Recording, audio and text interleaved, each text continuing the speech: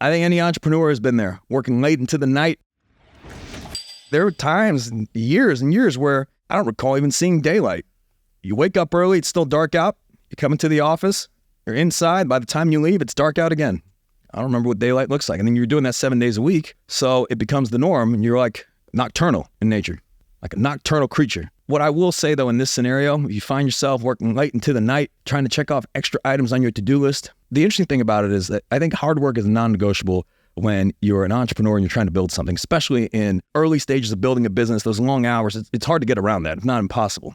And anyone who tells you different of saying, well, there's an easier way where you don't have to work long hours, especially when you're starting out and you don't have any money, you don't have any support, you don't have any people, they're trying to sell you something. That part is just what it takes. But as the organization grows, now you have support and you can increase your capacity and you have different people that you can lean on and delegate to, so it shouldn't be forever. But if you find yourself working late into the night, checking off those extra items off your to-do list, it's important to differentiate between, are you just simply being busy or are you being productive?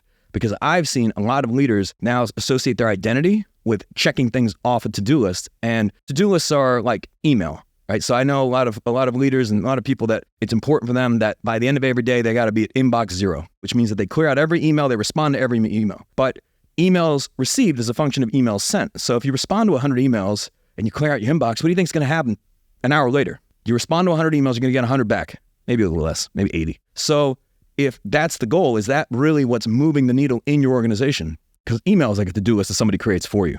It's not a to-do list you create for yourself.